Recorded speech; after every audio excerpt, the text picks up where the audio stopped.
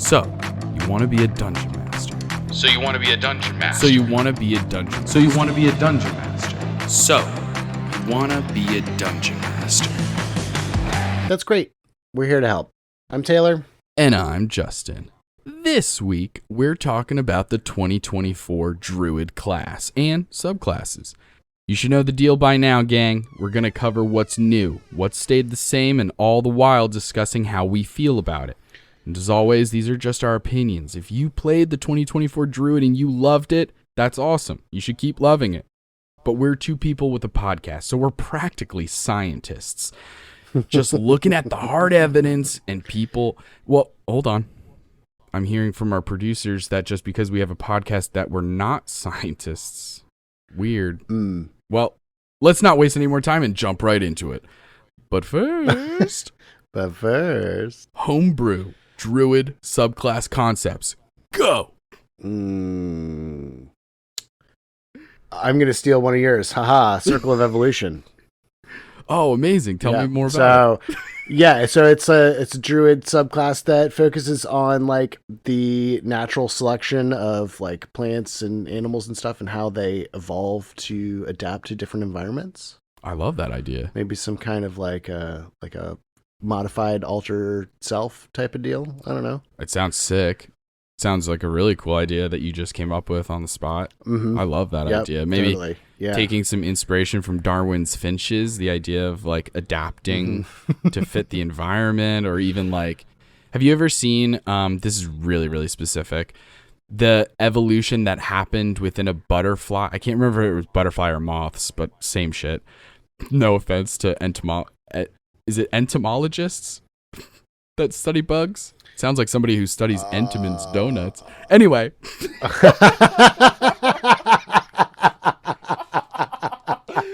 Oh, sorry. That was crazy. I couldn't stop thinking of Entenmann's. Okay. Whoa. That sidetracked my whole brain. So anyway, wait. So during the Industrial Revolution, right? All of this industry is happening. Factories are being built, and thus smog, right? Pollution. And so there was this species of either butterfly or a moth. I think it was moth. I think it might have been a moth. So you know where I'm going with this. But for the listeners, there's this type of moth, and they were like white. They have like white wings, and they're very bright and just light colored. And so what unfortunately was happening is that they were being plucked off by birds easily because all of the trees, the natural wildlife around there, was getting covered in soot and black powder and this smog, right? And so they were just standing out. So what ended up happening is over the course of years, butterflies or moths who were of a darker color, natural selection was choosing them because they could camouflage, they could blend in, and thus the Circle of Evolution Druid would maybe pull on that as an inspiration. Yeah. I love it. I think it's a great idea, Taylor. Well done. Hey, thanks. And I'm going to steal the next one that you did. You did this one, and I'll steal it from you now. Sure, The Circle of Trickery. Well done. And so this one, I think what you were going for here, and please correct me if I'm wrong, kind of playing on the idea of how animals use trickery in a lot of their survival tactics. So like, there's the coral snake, and it's like, I always forget the expression, but it's like, if red touches yellow, you're a dead fellow. But if red touches black, you're all right, Jack. Or something like that. I can't remember. For all I know, that's the opposite of what it's supposed to be. So don't listen to us. Don't trust us for our snake knowledge. We might be scientists, but we're not snake experts. We're not snake scientists. Herpetology? Is that snake experts? Yep, that's it. Anyway. So yeah, just playing on that idea, the idea that like monarch butterflies are poisonous to eat, and so birds avoid them. And there's entire species of butterfly who just look like monarch butterflies, and birds can't really tell the difference, so they're not going to chance it. And so it works out perfectly. And I think that's such an interesting idea to play around with, this idea of how many species use this sort of... That's a really specific form of trickery that they use, but there's so many other ones. The fake eyes. The fake eyes. A lot of different bugs and snakes and reptiles and stuff have just fake big eyes to make it look scary. Yeah. Like to other to other predators. Or to make it just look like there are eyes there, and therefore they can see you. So it's like, oh, well, that butterfly is facing me, and it's like, actually, that's its back, and it can't see you right now. But yeah, all kinds of stuff like that I think is really, really interesting. And then I do like the idea of an evil subclass of druids that's based on invasive species. Oh yeah, that's good. I just think that's kind of interesting. You could also do an evil one that's based on climate change. Fish. They're not rockfish. What are they? The sunfish? Lionfish. Oh, lionfish. Yeah. There's so many, dudes. You could do the lantern bugs. And that's wrong. Yeah. There's so many examples. Different kinds of snakes. All kinds of stuff. Yeah, I just think it's always fun to think of like a kind of specific area of nature that hasn't been explored and being like, I'm going to make a whole subclass about this. Because they started doing that a little bit, right? With like Circle of Wildfire and stuff. They've also like expanded what is possible, because then they have like Circle of Stars, which is like, yeah, I guess a part of nature in a celestial body astronomy sort of way. But also like, it isn't necessarily related to plants and animals in a way that I feel like is tangible. Unless you're getting into like zodiac stuff, I guess. But that also isn't real. I don't know. But yeah, very fun. I do love a druid. I want to play more druids, to be honest. I've only played one in my life, and it was multi-classed with a paladin because, of course, it was. Right. Because I had to do it. But yeah, they're so cool. I really do love druids. They are like, I think for brand new players, it is one of the more complicated classes because it's full spellcaster, so spells naturally can be a little complicated for brand new players. Right. And then you add in wild shape, and that changes things too. So it's like, whoa. It's adding in another resource, but let's be honest, between Bardic Inspiration and Wild Shape, one is significantly easier for a new player to get. Yeah. Where you have to like know these different stats and like get access to the different animal stats and how that all works. But they've made some big changes. They've kept a lot of stuff the same. The subclasses that we'll be going over today include the Circle of the Moon, Circle of the Land, Circle of the Stars, because Circle of the Sea we covered in episode 58, which was titled something along the lines of new subclasses from the Player's Handbook 2024. So go check that out. But I think that's good. I think we should get into it. Yeah, let's get into it. Let's freaking get into it. Hey, gang. We wanted to talk to you about something pretty important real quick. See, we have some really cool ideas for the future, but we need your help. You can do that by supporting us through our Patreon.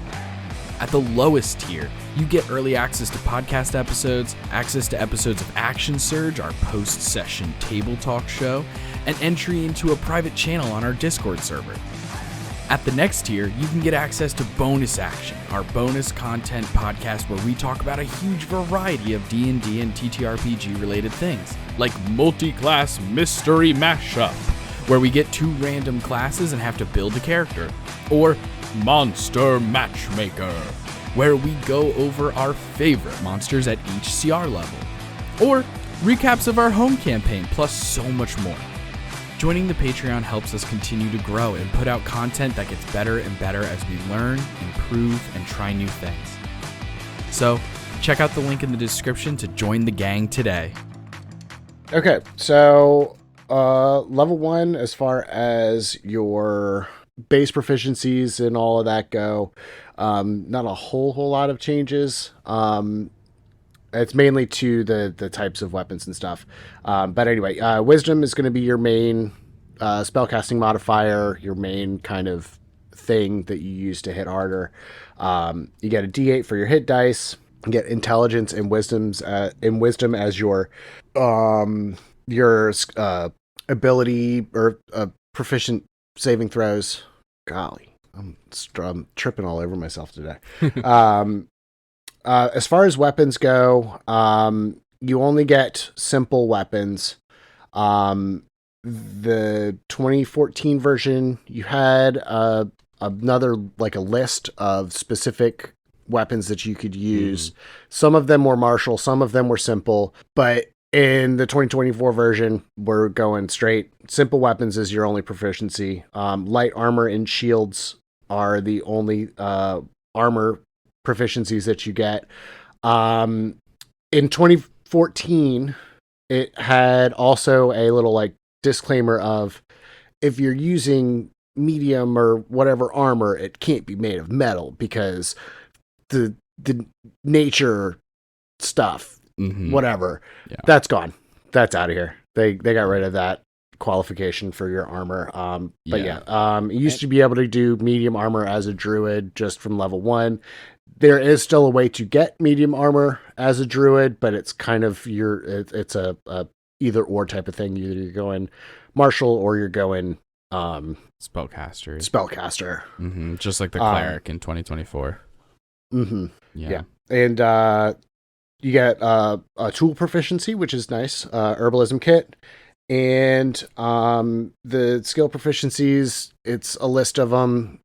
You get 2 of them, 2 skill proficiencies. Yeah, kind of the same. Same deal as most of the other classes. Just go to Wikidot and look it up. I don't know. It's a long list of things that you can pick from. But yeah, I didn't list them out because it was like this is pretty much exactly the same. The only thing we really wanted to put emphasis on is the tiny changes. So just the weapons are changed a little bit and the armor's changed a little bit in the sense that you got to pick a thing later on to get the medium armor, and the whole thing about wooden armor or metal armor or whatever, which was really interesting because it makes sense thematically. Like I understand where they were coming from with that in 2014. Right. And it was always a thing that obviously was open to house rules. At some tables it was like at our tables personally, it was like, I don't give a shit.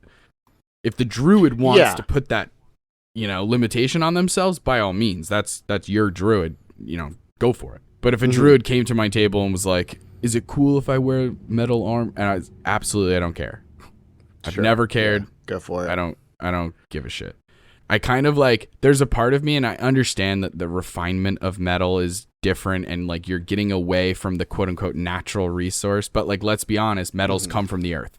And so I can't help but, and every time that whole argument would come up, I couldn't help but think of Toph learning how to metal bend. And so to me, it was always like a kind of weak argument. Like I get where they're coming from. Yeah. Because it's like a representation of civilization and industry. So it's like, I get it. But I kind of was like, I don't metal care. From the earth. Like you get it. Like that's where it comes from. I know. That's why I was like, I know that it's not like there are like alloys and like combinations of metals that are like not natural. Like you can't necessarily correct me if I'm wrong because I don't know everything about metals, but you can't like find steel.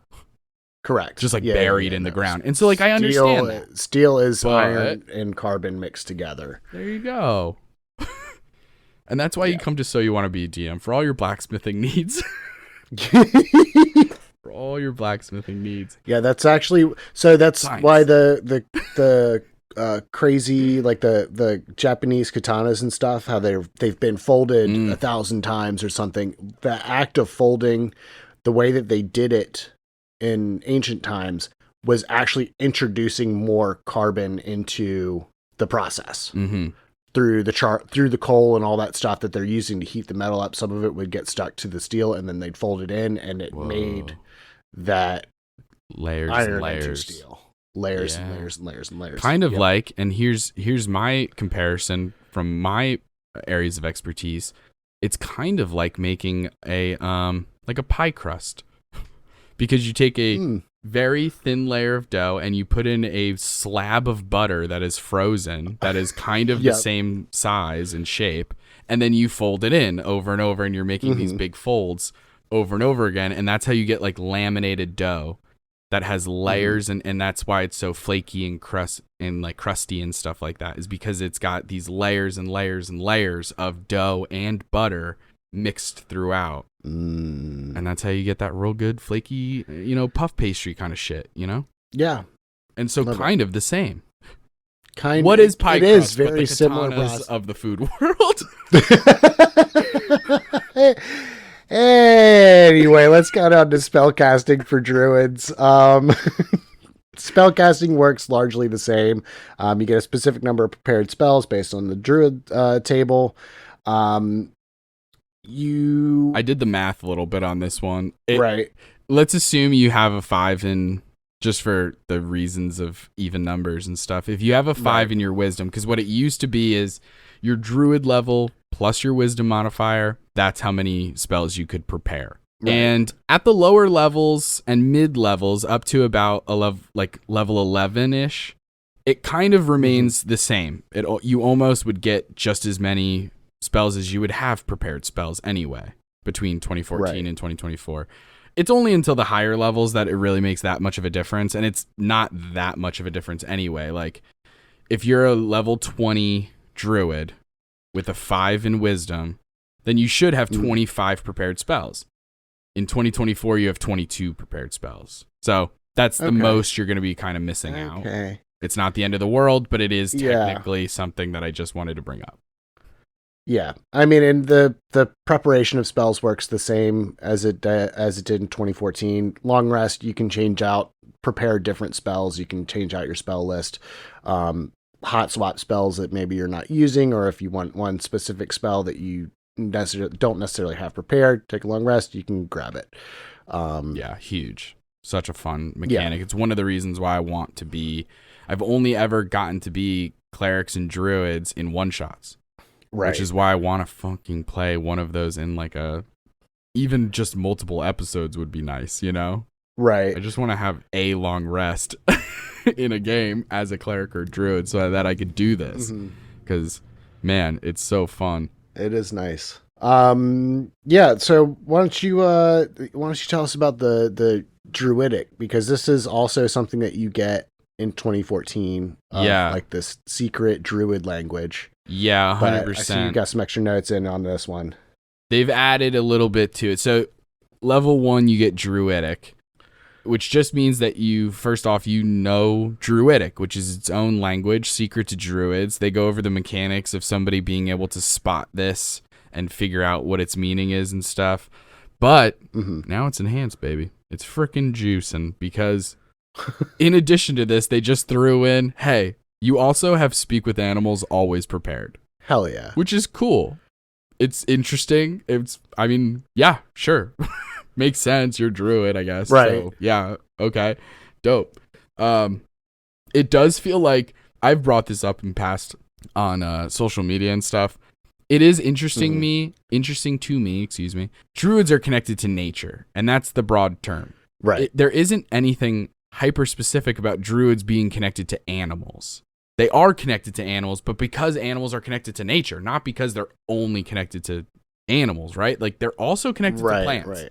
Now, I know Speak with Plants is a higher level spell and yada, yada, yada. It would have been interesting if you also got Speak with Plants maybe at a higher level, you know, like when you get third level spells. It's just an interesting thing I've noticed. It feels like they constantly are trying to be like, if you're a druid, you're fucking animal crazy. And it's like, okay, but what if I want to play a plant-based person who's like, actually, I'm not huge on animals. I think plants are better. You know, like, it just feels like they're going to... Goddamn beavers keep cutting down my trees. Exactly, dude. I'm anti-beaver, dude. Anti-beaver.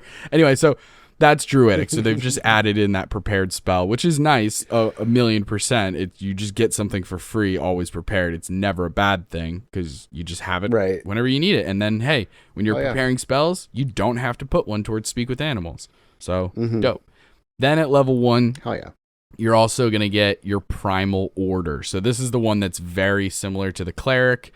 They've decided to take a couple of things and put the responsibility on the base class and not on the subclasses. And so you get to choose one of the following to shape what kind of druid you're trying to play. The first is a magician.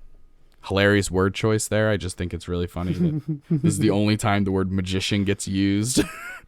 I'm imagining just a full like druid, but the prestige. Yeah. Yeah. Just big cape, top hat. Hell yeah. All made of wood. The white gloves. And it's so funny. So if you choose the magician, you get 1 extra druid cantrip, and you can add your wisdom modifier to arcana and nature checks, which are normally just intelligence. That's great. It's awesome that they've made this a base rule right in the thing. Here's the interesting thing is I always feel obligated to let druids use wisdom for their nature checks anyway. And so, I mean, this is different than what I've just said too, because what I'm suggesting is not that they get to add wisdom and intelligence. I'm just saying swap them. Nature for the druid becomes a wisdom skill instead of an intelligence skill. This, you get to add your wisdom modifier in addition to your intelligence, which is good, unless you're dumping intelligence, and then, I mean, it's at least you're in the positive, but still. Dude, so that's magician. I had the dumbest build pop into my head just now of leaning into this magician wording. Charlatan background. You do, as one of your feats, you take the meta magic adept with subtle spell, and your whole thing of like pulling a rabbit out of a hat is you just doing conjure animals into the hat. Yeah, that would be fun. That's really fun. There's wow. Just being a like a Vegas magician who does a lot of animal things is really funny. Having your tigers, having like, and this elephant will disappear, and you just stop concentrating on the spell. Stop concentrating, Whoa! Where did he go? Yeah, that is really funny. Whoa. Casting like polymorph on somebody and being like, oh, this woman behind this curtain, oh, it's a tiger now. That's really funny. So that's magician. That's one choice you can make. The other choice is warden. With warden, you gain proficiency in martial weapons and medium armor. Okay. So yeah, and this is how you get your medium armor and stuff. Yeah, and proficiency in all martial weapons is nice. Yeah, martial weapons are good. Yeah, definitely a good thing. It really just depends on what type of druid you want to be, you know? So there's that, all at level 1. And then we get into level 2. This is where we get our wild shape. Oh boy. Boy, howdy. Now, there have been some changes here. So if you're familiar with the 2014 version, listen up. First off, it's a bonus action for everybody. That is not a Moon Druid specific thing anymore. It is open to everybody. Bonus action to wild shape into a beast for a number of hours equal to half of your druid level, or until you use wild shape again, get incapacitated, or die, or end it early as a bonus action. Okay. So the wording of this is interesting because, and I've looked up other sources to corroborate what I'm about to say, including RPG Bot, which is why I feel confident when I say this.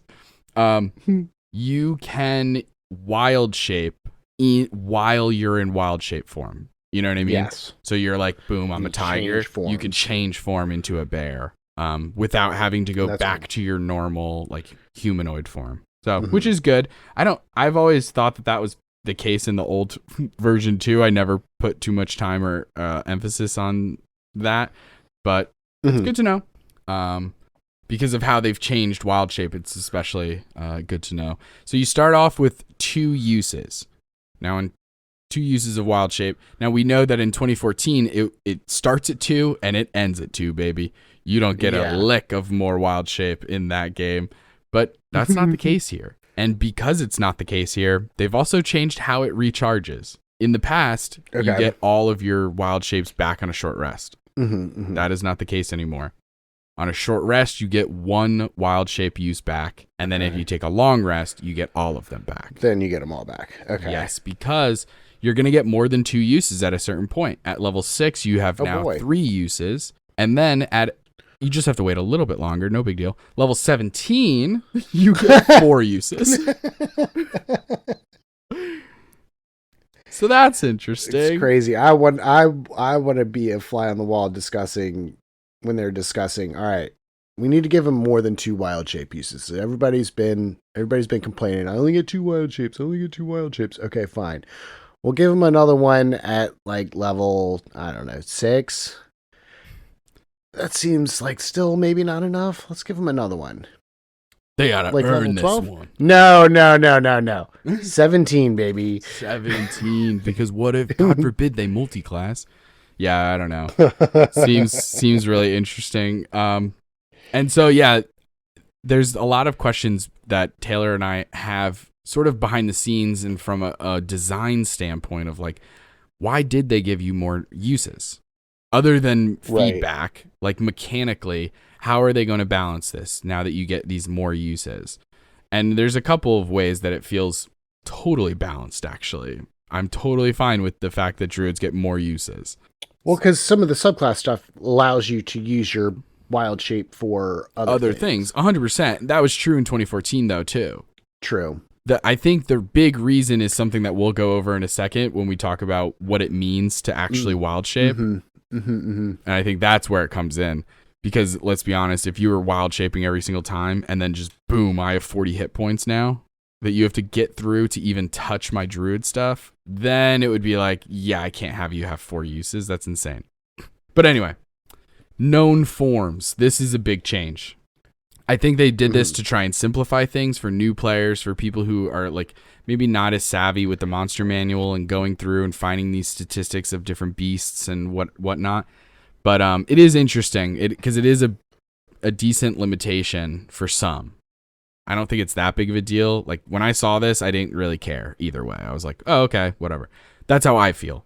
But so now instead of just, hey, you can turn into any beast as long as they abide by these CR levels and other requirements, it was you could turn into any beast.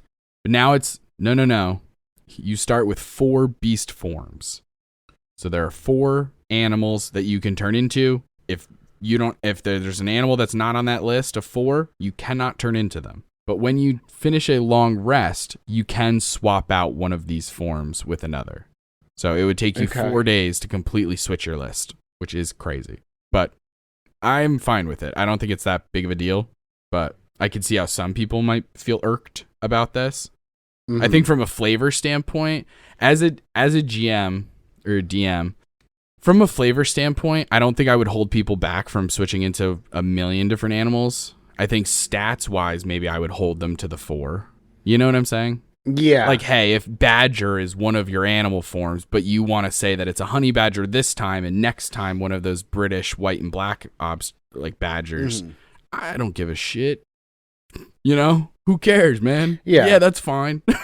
Stats are the same. Just because you're pretending to be a honey badger doesn't mean you're just immune to fear, even though that would be kick-ass and it would make sense. But that's not how that works. So, and then they have their little table, the beast form table. It works almost exactly the same. You know, it tells you the different druid levels and it tells you how many forms you can get. Like at 4th level, you now know 2 extra forms. At 8th level, you know 8 forms. It also has the max CR level for which beasts you can turn into. The only big change here is that they've removed swimming speed as a thing. You can turn into a fish right off the jump. That used to not be the case. I'm glad that they made this change just because water stuff is so conditional. It's so circumstantial that it just felt annoying to be like, so you're saying that I could create literally a circle of the sea druid and I'm not allowed to turn into a fish until a certain level? Like, that makes no sense.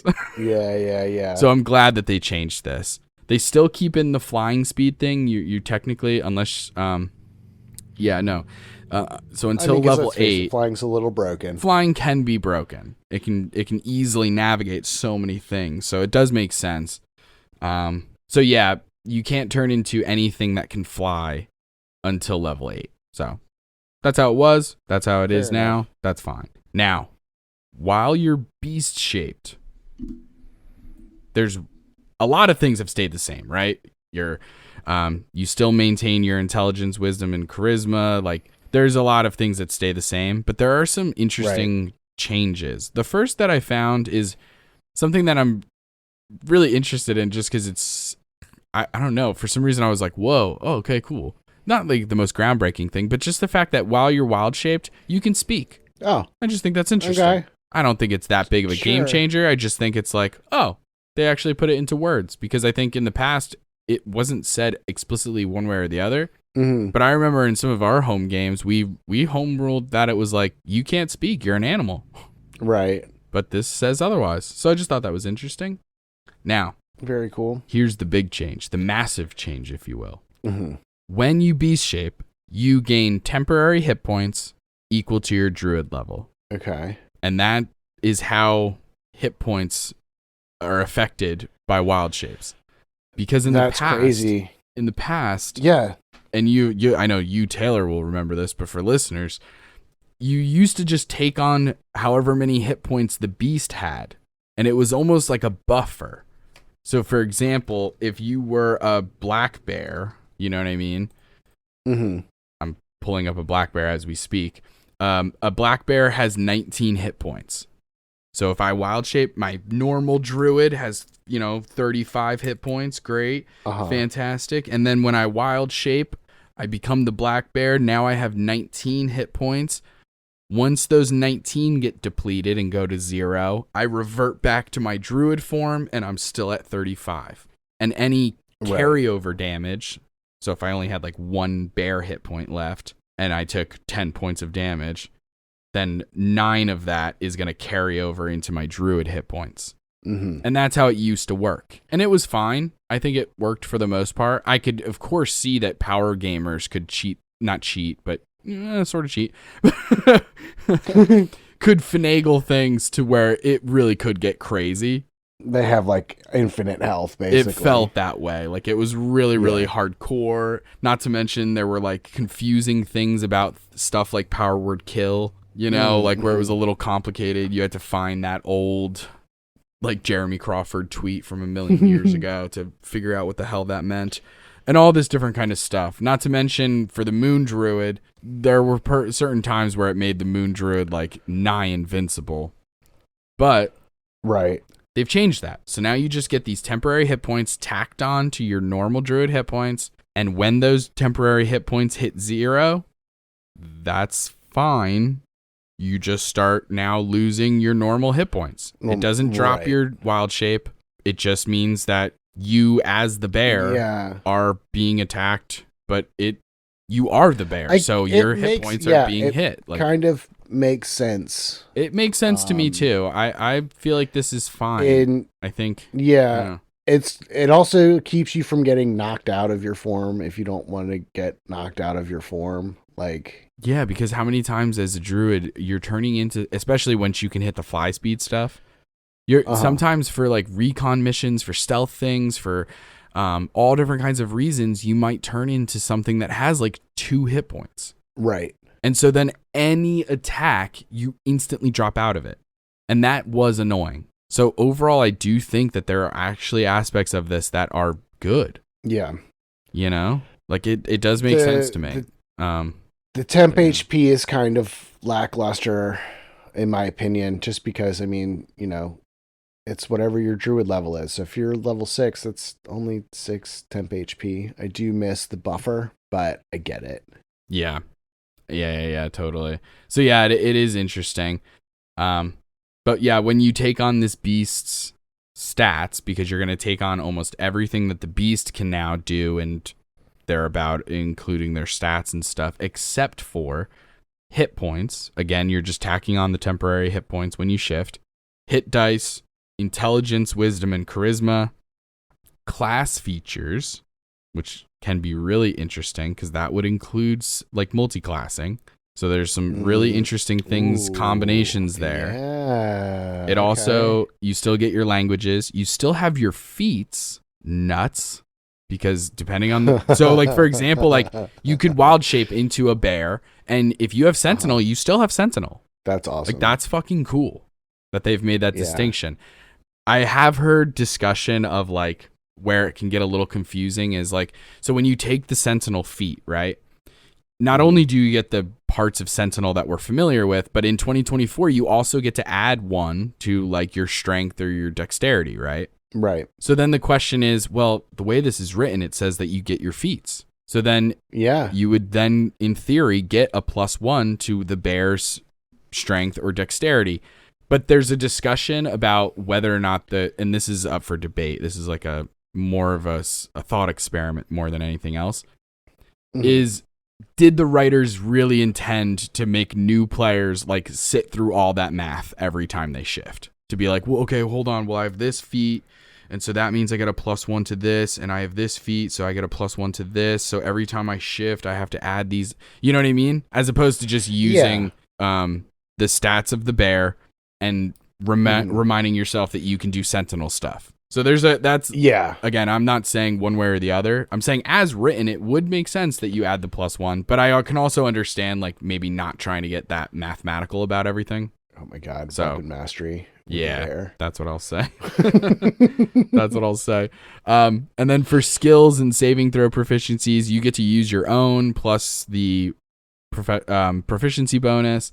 And unless the beast's stat or skill or saving throw is higher, then you can use that. And as always, we start off with no spell casting while in this form, but it does not break your concentration. And so this is an interesting thing because the way that it's written here is very specific. It does not say you can't take a magic action, right? Because again, this is 2024. Cast a spell, it just says you can't cast a spell.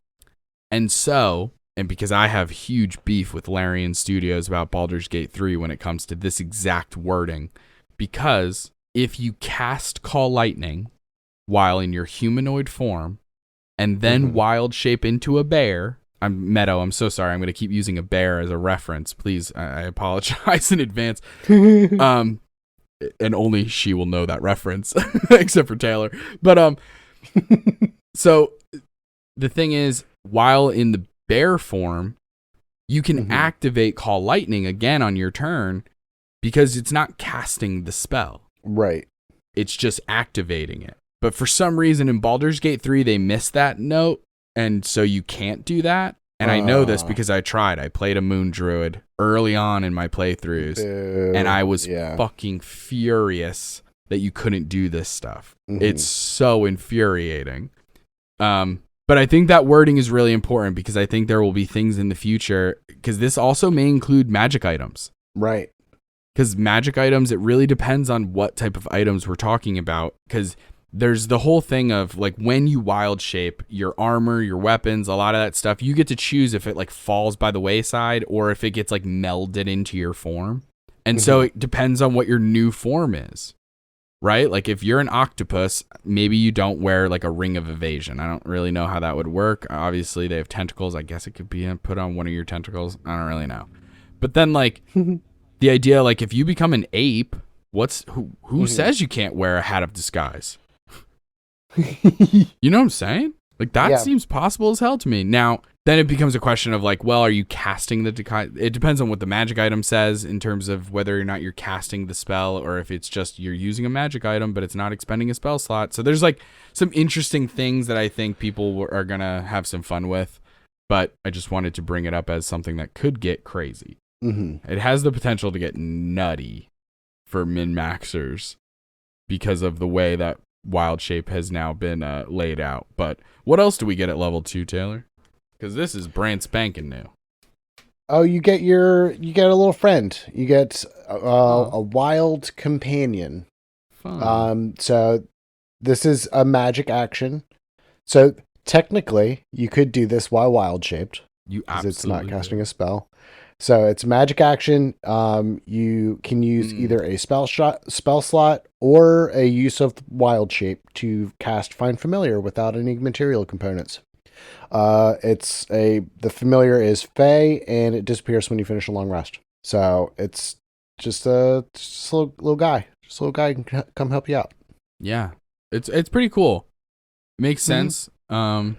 And, druids have never been able to get access to Find Familiar in the past without multi-classing or taking a feat to learn an extra spell. And now they get it right at level 2, which is really cool. And the use to potentially use a wild shape if they would choose is really nice. Now, here's my question, though. The way that this is written, because you are casting the Find Familiar spell, so would you be able to do this while you're wild shaped?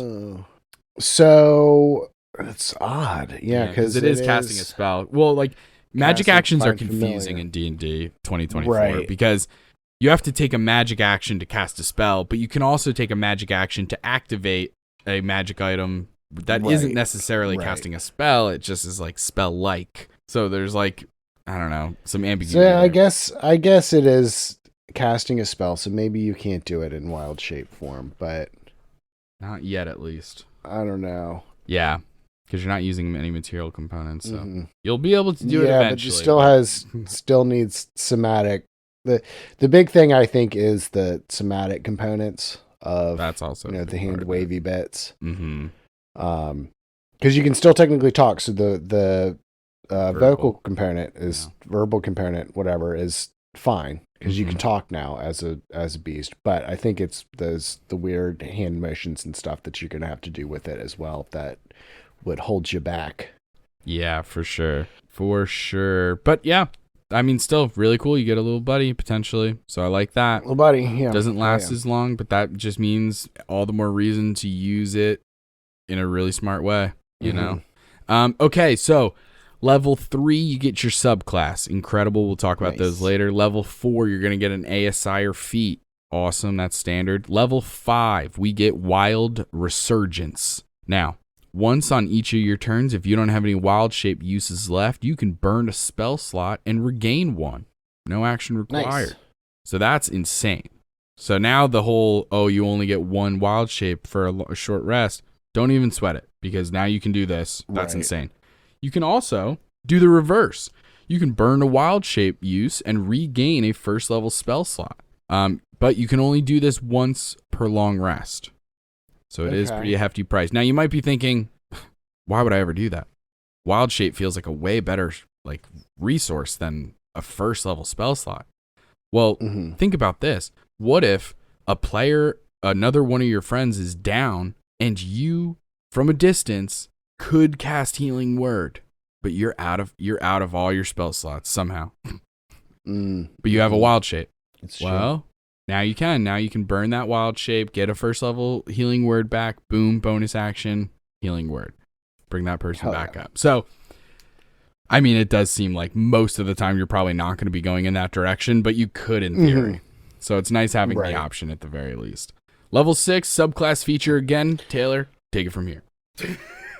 Level 7, you get your Elemental Fury. This is very similar to the clerics again, of being able to choose whether or not you're doing like a spellcaster or a martial build. You can choose one of the following: either potent spellcasting, which allows you to add your wisdom modifier to druid cantrips, or you can do primal strike. One time on each of your turns, when you hit a creature with an attack roll using a weapon or a beast shape attack, you can add an extra d8 of damage. And it's an elemental thing, so it'd be cold, fire, lightning, or thunder, and you decide when you're doing the strike what type of damage that's going to be. Pretty cool. Yep. So this is all pretty similar to, like I said, to the cleric stuff of allowing you more versatility, because maybe you want to do the magician but then do the primal strike, or you could go the other way and go warden at the beginning and then do potent spell casting, just kind of up your cantrip damage, however you want to do it. Level 8, ASI or feat. Level 9, you're getting access to fifth level spells. Level 10, subclass feature. 11, 6th level spells. Level 12, ASI or feat. Level 13, you get 7th level spells. Level 14, you get another subclass feat. And then at level 15, you get an improved Elemental Fury. So whatever thing you picked between potent spellcasting or primal strike, it gets better. The potent spellcasting, your druid cantrips with a range of 10 feet or more increase by 300 feet. Wild. Mm-hmm. Or primal strike. that's like, whoa. That's wild. And then primal strike, it gets you an extra d8 of damage, so it's 2d8 instead of just 1d8. Mm-hmm. Yeah, pretty solid stuff. Moving right, that 300 feet increase is actually bonkers. But anyway, yeah. Level 16 ASI or feat, level 17, 9th level spells. Level 18, beast spells. Now, finally, after years and years, you can cast spells while in beast form, but not if a material component has a cost specified. So you couldn't do Revivify, for example, while in beast form. Although the visuals are hilarious. My God. Literally, oh my God, wait, what comes to mind is Humpty Dumpty fell apart and the king's men are trying to put them together, and then they're like, and then the horses succeeded. And the horses being like, we got this. I'm actually a druid. So funny. Okay. So that's level 18, which is insane. Then at level 19, we get our epic boon. This is something that 2024 is trying to push really hard because every class at level 19 gets an epic boon. What they have recommended, again, this is in the feat section of the player's handbook, they've recommended the boon of dimensional travel, which is really good. All of these have sounded really good, so I'm interested to learn about all of them. So first off, just as like all the other ones, you get a +1 to any stat. They cannot exceed a 30, which shouldn't be that much of an issue. But then the big part of it is you get blink steps. So immediately after taking either the attack or the magic action, you can teleport up to 30 feet to an unoccupied space you can see. I love that. It's insane. I'm so grateful that they put attack action as opposed to after each attack, because that would have been insane, right? So luckily, it is specifically the attack action. Therefore, if you're a fighter with 4 attacks, it's still just 1 attack action, right? So you just get 1 free Misty Step, and that's it. Calm down. So, but it is still really powerful, really, really, really cool. Then at level 20, we get our Arch Druid capstone event here. It is changed drastically from the 2014 version, but because Wild Shape has changed drastically, it kind of makes sense that they would change it, but I'm still like kind of up in the air about whether or not I like this or not. Not a huge fan. I do think it is worse, but also worse doesn't necessarily mean, I mean worse in the sense of like, the old version was unlimited uses of Wild Shape. So as you can imagine, of course that's badass. Of course that's going to be insane. Of course that's going to be incredibly powerful. So naturally this one is worse, but it might be quote unquote worse, but maybe mechanically more balanced. And so that's still, I'm not sure. Right. But so you gain the following benefits at level 20. First, you get Evergreen Wild Shape. If you roll initiative and you don't have any uses of Wild Shape, you gain 1. Great. Nature Magician. Now when you burn a use of Wild Shape to convert into a spell slot, it counts as 2 spell levels. So for example, if you expend 2 uses of Wild Shape, you can regain a 4th level spell slot. So just doubles. 20, you're going to have 4 Wild Shapes. So technically you could get up to an 8th level spell with this? I think you can. They might have a limitation. Actually, I don't know. I don't remember there being a limitation on the level of spell slot. You know how sometimes they will put that for different abilities where it's like you can't do this above a 6. I don't think I saw that here. Otherwise, I probably would have written it down. But maybe it either Past Justin fucked up or Past Justin got it perfectly right. Time will tell. Because my book is downstairs and I literally refuse to go get it. So, you can only do this once per long rest, same as before. And then you get longevity. For every 10 years that pass, your body only ages 1 year, which is strictly a roleplay thing. Whoop-de-doo, Basil. It's kind of cool, but it's cool for roleplay reasons. For roleplay reasons, yes, absolutely. But dope. But mechanically useless. Utterly useless. So to include this into level 20 and pretend like it's a thing is like, how dare you? Hey, sorcerers, at level 20, your eyes can be whatever color that you want them to be. Great. Do you know what I mean? Like, that would be the equivalent. What are you talking about? But anyway, let's get into So, really quickly, though, how do we feel about the base class? I feel like not that much has changed other than, like, Wild Shape being the huge thing. Is the biggest thing, I think, that changed. And I kind of am like, this is good. I don't necessarily feel very strongly that like, oh, 2014 is so much better or 2024 is so much better. I'm kind of like, yeah, they're both good and it's fine. Yeah. Yeah, I'm kind of on the same boat. I'm not crazy about the HP thing, although not being kicked out of my form is nice. So Yeah. I don't know. It's a give and a take. Is it one super stronger than the other one? No, they're about the same.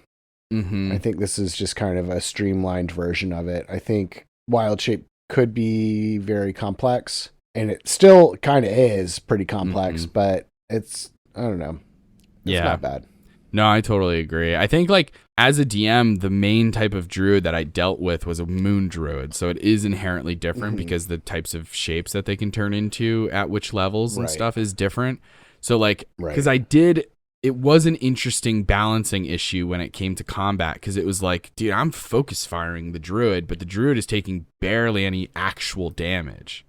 So that was a little like interesting. So, but that's just like, that's a very anecdotal. That's not like evidence. That's just like my personal experience. But like, so I'd be curious to see how it all plays out. Yeah. But as of right now, I don't feel super strongly that like this one is way better or the other one was way better. All I can tell you for sure is that the conjure spells are way worse, in my opinion. But that's outside of the druid. That's just related to the druid. But anyway, let's get into subclasses. Sure, yeah. So we'll start off with the Circle of the Land. This is kind of like, this is the one that I feel like it would make the most sense to give like Speak with Plants to. Something of like being communing with the actual land and not the animals. But anyway, starting at level 3, you get your prepared spells. They're based on the like region that you pick. In 2014, there was a bunch of terrains and a bunch of different spells that you could do per terrain, but once you picked it, you were locked in. Like it's like if you pick the forest, arid land or whatever, like a forest or a desert or whatever, that's your subclass and you're not changing. Now you get some prepared spells and stuff depending on the same kind of deal. You get, depending on what land you choose, you get different types of spells, but you can swap it out at a long rest to kind of match the area that you're in if you want, or get a specific spell set that you want, and that can be changed out at a long rest, which is very nice. Really nice.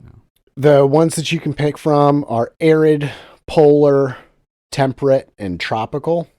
We're only going to go over 2 of them, but each one of them gets their own prepared spell list. Yeah, just for the sake of the prepared spells, as opposed to sitting here and reading like many prepared spells. I was like, right. Whatever. So, arid land, this is like, deserty, not super green areas. Level 3, you're getting Blur, Burning Hands, and Firebolt. Level 5, you get Fireball. Level 7, you get Blight. And level 9, you get Wall of Stone. Super dope spells. Love that list. For Polar, obviously, Icy, what have you. Level 3, you're getting Fog Cloud, Hold Person, Ray of Frost. Hold Person is nice. A lot of fun flavor there of like encasing them in an ice cube type of deal. Yeah. Level 5, you're getting Sleet Storm. Level 7, you get Ice Storm. And then level 9, you get Cone of Cold. So each one of these is very thematic of how, like, what the spells are. And I kind of love that. Also at level 3, you get Land's Aid, which is a new thing for 2024. You take a magic action and expend a use of Wild Shape, and you can choose a point within 60 feet of you. In a 10-foot radius sphere around that point, life-giving flowers and life-draining thorns appear. Each creature of your choice must make a Constitution save or take 2d6 necrotic damage. They still take half damage if they succeed. One creature of your choice within that range can regain 2d6 hit points. And then this also levels up with you. At 10th level, it goes to 3d6, and at 14th level, it goes to 4d6. Sick. Very, very cool ability. We were kind of talking about this in Pathfinder last night, of having a healing spell go off in Pathfinder specifically, like in AoE, if you're fighting a bunch of necrotic dudes or like necromancers and stuff like that who get their health from like dark energy. Oh, and then you have your allies who are get all their healing from like light energy. If you do this AoE spell, it will hurt the bad guys and also heal your friends, which is pretty dope. Yeah, Pathfinder's way of doing that is really interesting. Like, in order to, if you have for some reason like a zombie buddy, like you've animated dead, you actually have to use something more similar, to put it in D&D terms. Like, cure wounds would actually hurt the zombie, so you would have to actually do like inflict wounds. Again, I'm using D&D spell terms, but yeah, similar vibe. It's very interesting, to say the least. Yeah. So that's it's just a cool thing. This feels like that of, hey, I'm doing an AoE. I want the bad guys to get hurt, and also I want my allies to get a little bit of health back. It kind of sucks that you can only heal one person, but it is what it is. Moving on to level 6, you get natural recovery. Used to be a second level thing for druids, but now this is just a level 6 subclass ability. You can cast one of your first level or higher spells of the circle spells without spending a spell slot once per long rest, which is nice. So you get free use of one of your circle spells. And then when you do a short rest, you can regain spell slots up to half of your druid level rounded up, and you can't get any back that are 6th level or higher. And you can do this once per long rest. So kind of like a arcane recovery for a wizard. Exactly, like doing a short rest, and you get some spell slots. And like if you're say right at level 6, you would be able to get 3 spell slots back. That's either 3 first level spells, a second and a first, or a 3rd level spell. Exactly. Yep. Yeah, this is great. I mean, this is an awesome ability. I like that. It's really, really helpful for a full spellcaster. Absolutely. Especially, and being able to cast one of your circle spells without spending a spell slot is actually dope at the higher levels. Hell yeah. Because like the polar example, like Cone of Cold without using a spell slot is dope as hell. Yeah. That's nuts. Absolutely. Wall of Stone for free? Yes, please. Yeah. I think it would still mean, correct me if I'm wrong though, but if you're not using a spell slot, you still have to concentrate on it, right? If not, I would homebrew the hell out of that. There's no way I'm letting. Yeah, absolutely. No. It's not. Doesn't say anything about it being like a free whatever. You would still have to concentrate. Yeah. Okay. Good. I thought so. But the cost of it I think that's what, a 5th level spell. Mm-hmm. You don't have to spend that 5th level spell slot. That's cool. Dope. Yeah. Hell yeah. Level 10. Moving on to the next one, you become Nature's Ward, and basically become immune to the poison condition, and you have resistance to damage type associated to whatever land you are currently attuned to. So for arid, you get fire resistance, polar, cold, obviously, temperate, you get resistance to lightning damage, and then tropical, you are resistant to poison damage. All that pretty tracks pretty good. Yeah. Yep, tropical. The tropical areas are known for having very deadly creatures. I'm just saying. Yeah. And then finally, your last subclass feature for this one, level 14, you get Nature's Sanctuary. It's a magic action, and you spend a use of Wild Shape, and you create a 15-foot cube of trees within 120 feet of you. These trees last for a minute or until you die or get incapacitated. You and your allies get half cover in that area, and then you gain, everybody in your group gains the damage resistance from your land type. And then as a bonus action, you can move the cube up to 60 feet. Yeah. Pretty solid, I think, for the most part. I mean, yes, your friends have to be bunched up, which can be actually very problematic depending on who you're fighting with AoE spells and stuff.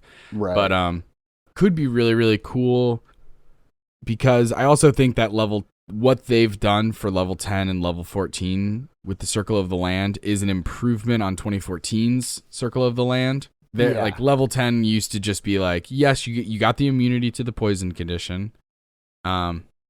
but you also, and then the other thing was like, you can't be charmed by elementals or fae, which is like, that's nice, I guess, but like kind of circumstantial. And then level 14 was something to the effect of like, oh shit, I just had it pulled up and I already lost it as I scrolled back. Level 14 used to be, oh, that's right. If a beast or a plant creature attacks you, then they have to make a wisdom saving throw. And if they fail, they have to choose a different target or they automatically miss. So it's just like your connection to the natural world means that beasts and plants have a worse time hitting you. Again, super circumstantial. Because at a certain level of the game, you're not using beasts as a DM. Right. You're just not, unless they're like the tiniest of minions or something, or like you're just not. They get leveled out. And plant monsters traditionally are like pretty rare. They just don't. There's just not a lot of plant monsters in the monster manuals, right? Like that's just facts. Now, of course, you can use third-party materials, and there's millions of plant monsters out there, so maybe it comes up more, but it really depends on the campaign. So this feels like an improvement. All right. Yeah. And being able to change the land type is sick. Being able to change is huge. That's the one thing that would keep me from doing a land type in 2014 is because it's like you get to pick one and that's it. But being able to hot swap them and change the spells that you have, and then also gaining those elemental resistances and stuff later on becomes super clutch depending on where you're at. It's very nice. Yeah, very, very nice. And I'm with you. I almost never would have picked Circle of the Land in 2014. And not even just because I didn't think it was that good, but because I thought the Circle of the Moon was so vastly superior. And so let's see what they changed in 2024. Circle of the Moon. Level 3 are circle forms. So first off, our CR rating maximum that you can turn into, it's different. So now it's your druid level divided by 3. For the life of me, I can't remember if it's rounded up or rounded down. I really wish I would have paid more attention to that. Motherfucker. It's probably exactly the same as whatever the moon druid was, because I don't think that changed at all. I think it's rounded down. Rounded down. Yeah. There it is. Rounded down. That makes sense. Your armor class. Your armor class, unless the beast has a higher AC than the calculation we're gonna do, then you can go with this, which is 13 plus your wisdom modifier. That's almost always going to be higher than the beast. I got to be honest. Oh, yeah. With very few exceptions. Maybe 0 exceptions, actually. I'm not even sure. But so that's cool. And then the temporary hit point thing. So now, instead of just equal to your druid level, it's equal to 3 times your druid level. Okay. So now we're getting a much bigger buff. So at 10th level, you get 30 temporary hit points. At 20th level, you get 60 temporary hit points, so on and so forth. And remember, while you are a beast, you could bonus action at any point and just re-up those temporary hit points by wild shaping again. Yeah. So that's insane. So that's all pretty much good stuff. Pretty relatable, with the exception of the AC thing. I don't think that was a thing in the old Circle of the Moon. They never went into that specific kind of stuff. They did remove the burning of spell slots for healing because obviously this is now connected to temporary hit points, which is also means that your real druid hit points are being, diminished as you're being attacked. So that kind of makes sense, but just as a heads up, they did remove that. But they've also added in spells, which is really nice. So now you have prepared spells, just like every other subclass for the druid. So our prepared spells at level 3, we get Cure Wounds, Moonbeam, and Starry Wisp, one of the newer cantrips, only other available to the bard. At 5th level, you get Conjure Animals, but the new version, I guess, unless you have a cool DM. And then at 7th level, you get Fount of Moonlight, also a brand new spell to the 2024 Player's Handbook. 9th level, you get Mass Cure Wounds. So you'll always have these spells prepared. That's pretty nice. Never a bad thing. Always fun. For me, at least. I like that. Then, level 6, improved circle forms. Now, while you're in wild shape, 2 things are going to be happening. First thing is Lunar Radiance.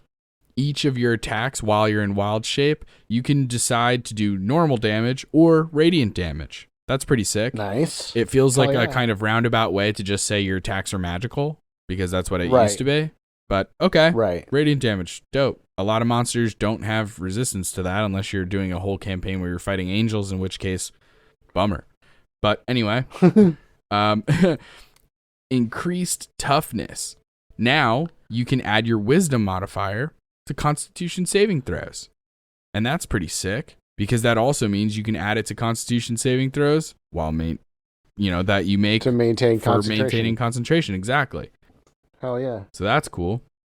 Now we get into level 10, where there has been one of the most controversial changes in tabletop history, according to me, Justin, and my feelings.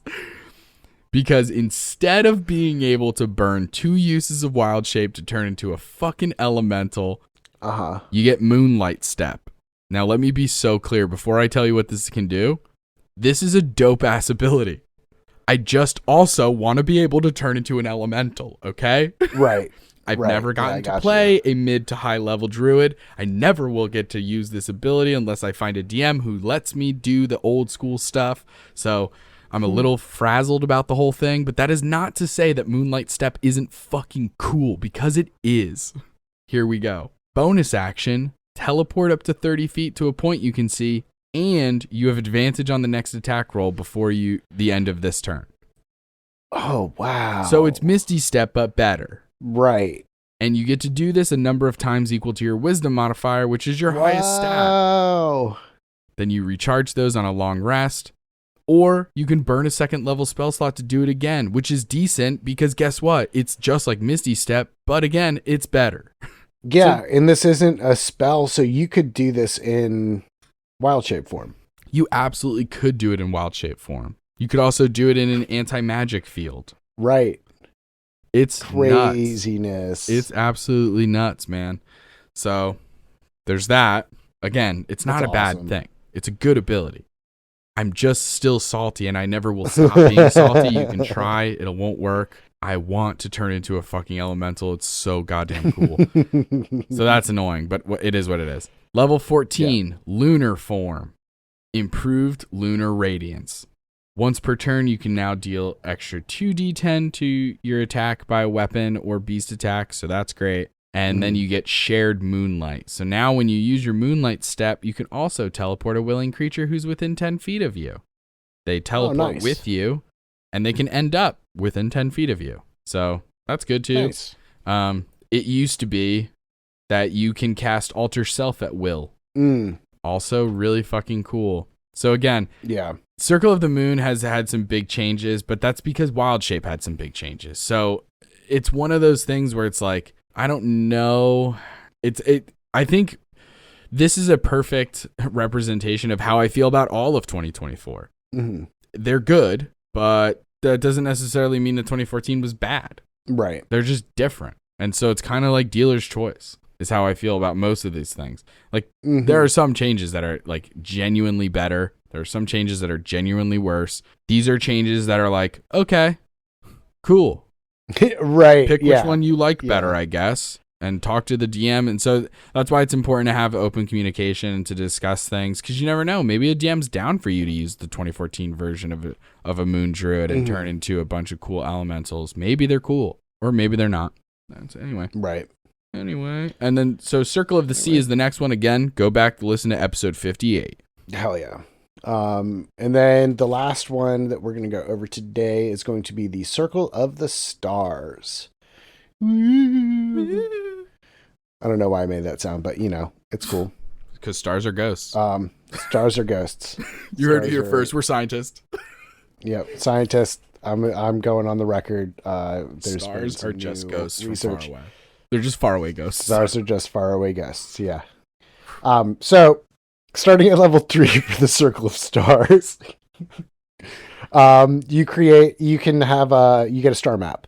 So basically you create a map of the stars, and while you're holding it, you have the guidance and guiding bolt spells prepared, and you can cast guiding bolt without using a spell slot. And you can do that a number of times equal to your wisdom mod.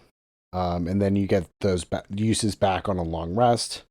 If you do, God forbid, lose your star map, you can spend an hour to make another one. You can do this during a rest. So, you don't have to I have to spend an hour making my map and then I do my short rest. You can do it all at the same time. And there's a table for ideas on what your star map looks like in the book. So check that out. Also at level 3, you get your starry form. It's a bonus action and a wild shape to turn into a starry form instead of going into beast mode. You shed bright light in a 10-foot radius, dim light for an additional 10 feet, lasts for 10 minutes unless you end it early. You get incapacitated or you use it again. So it doesn't say that it ends if you die, but technically, isn't that just a form of incapacitated?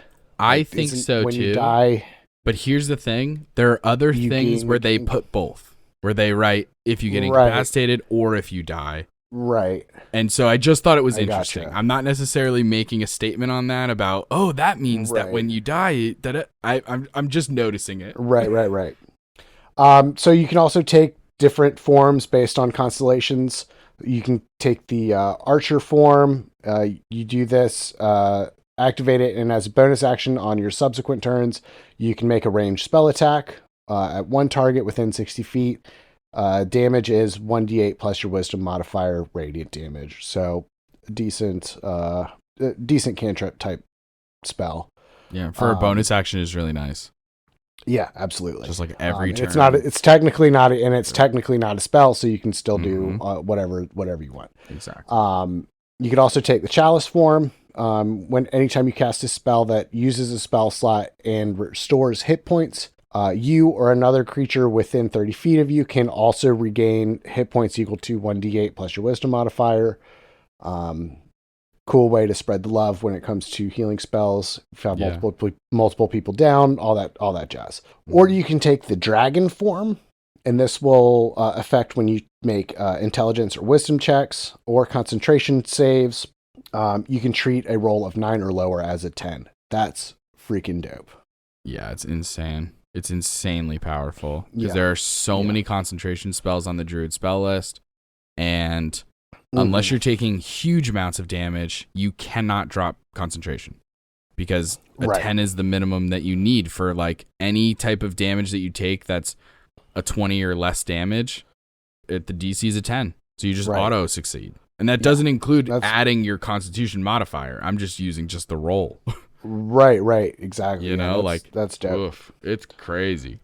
And so that's your level 3 starry form. Moving on to 6, you get the Cosmic Omen. Whenever you finish a long rest, you can roll a die. Until you finish your next long rest, you gain access to a special reaction for when a creature you see makes a d20 test within 30 feet of you. You can do basically, depending on how you roll, if you get evens, it'll be a wheel, W-E-A-L, wheel. And it allows you to add a d6 to the check. Or if you rolled odds on your d20, you'd get woe, which allows you to subtract a d6 from a check. And so it works either way. You can either use it on allies if you're getting that plus, bad guys if you get the minus, and you can do this a number of times equal to your wisdom modifier per long rest. Yeah, the same as it was in Tasha's, but it's still an awesome ability. I like that it's a little up in the air in terms of what you're going to have that day. Right. I think that's really interesting because it plays into the idea of astrology in a really interesting way about being ooh, today says that Mercury's in retro. I don't know. But I think that's interesting. It also is something that can be combined with other types of classes and subclasses from your fellow players in combo ways. That's really interesting. For example, in our game that we played where we were players and stuff, I think you were playing Batavian and I was playing Fish, who was a lore bard. So lore bards, not only do I have bardic inspiration where I can add things, but I also have a reaction called cutting words. where I can reduce things. And one of our other players, our friend Megan, was playing a Stars Druid. And so there were times where both her and I could each take our reaction and subtract different dice from this effect. Like, that was cool. Hell yeah. It's dope. Mm-hmm. Moving on to level 10 here, you get the Twinkling Constellations, which basically just means your starry forms are improved. For the Archer, your ranged attack is now a 2d8. For the Chalice form, it's the healing is now 2d8. For Dragon, you gain a flight speed of 20 feet with hover, which is dope. I mean, 20 feet's not the fastest in the world, but flight is flight. And you also gain the ability to change which form you're in at the start of each of your turns. That's really dope. Really, really cool. And the last thing you get at level 14 is called Full of Stars. While you're in starry form, you gain resistance to bludgeoning, piercing, and slashing damage. Love that. Yeah, that's just objectively good. Yeah, and it doesn't specify non-magical or anything like that, so any bludgeoning, piercing, or slashing damage gets absolutely halved. Yep, just like a Barbarian Rage. Yeah. Yes. Very cool. All good stuff. And then so quickly, I'm just going to go over some brand new spells added to the spell lists, and these are all ones that druids can cast. The first one is a cantrip. It's Elementalism. It is kind of like an elemental version of Prestidigitation. It can do a million things, but they kind of have like little suggestions based on the 4 types of elements: air, water, fire, and earth. Sorry, my brain just exploded. And so that's like a cute little spell. That's fun.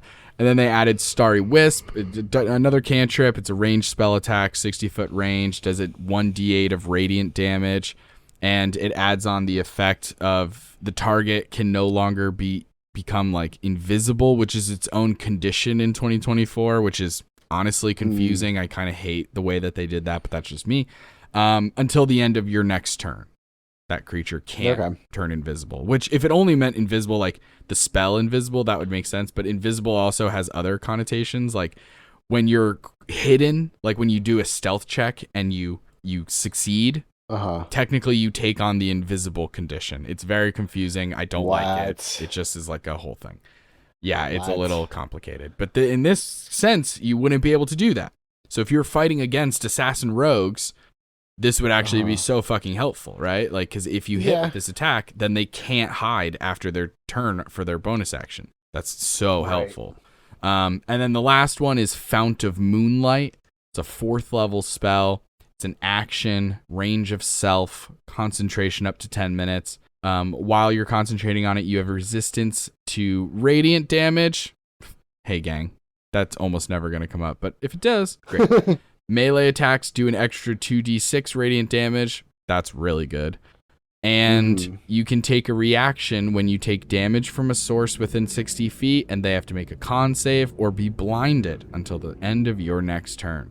That's pretty good, too. Crazy. So it's a great spell. Oh, I love that spell. It's a really good spell. I'm just looking because you actually get that as one of your circle spells for the Circle of the Moon. Yep. Which means that you do that, you put yourself into Fount of Moonlight form and then wild shape, so you're into something crazy. So you're doing a bunch of damage, and then Yep. That's the goal. You're trying to get some kind of creature that has as many multi-attacks as possible so that you can make a bunch of attacks and get 2d6 added to every single melee attack. Hell fucking yeah, dude. That's dope. And I actually did a little bit of research on this spell too, because I was like, is this a brand new spell or is this from an older edition? And do you know what I found? I found out that Fresca is America's #1 grapefruit flavored beverage. No way. And so the internet seems to have fixed it. Okay, no, that's all we can get into this time. You can find us on TikTok and Instagram and So You Want to Be a DM, or you can ask us a question at soyouwannabeadm@gmail.com. If you like the episode, don't forget to give us 5 stars in a review wherever you found us, and check out the Patreon, the Twitch, and our merch with the link in the description. Join us next time for more Dungeon Master tips and tricks. Bye. See ya. And now I get to shout out the members of our Patreon gang. Nub Muffins, may Palor's light shine upon you. And then there's Tappy, Molly, and Elijah. Thank you all so much for being members of our Patreon gang. Remember, you can find the link to that in the description of the episode. And also remember this. We love you. Thanks again, and tune in next time for more tips and tricks from So You Wanna Be a DM.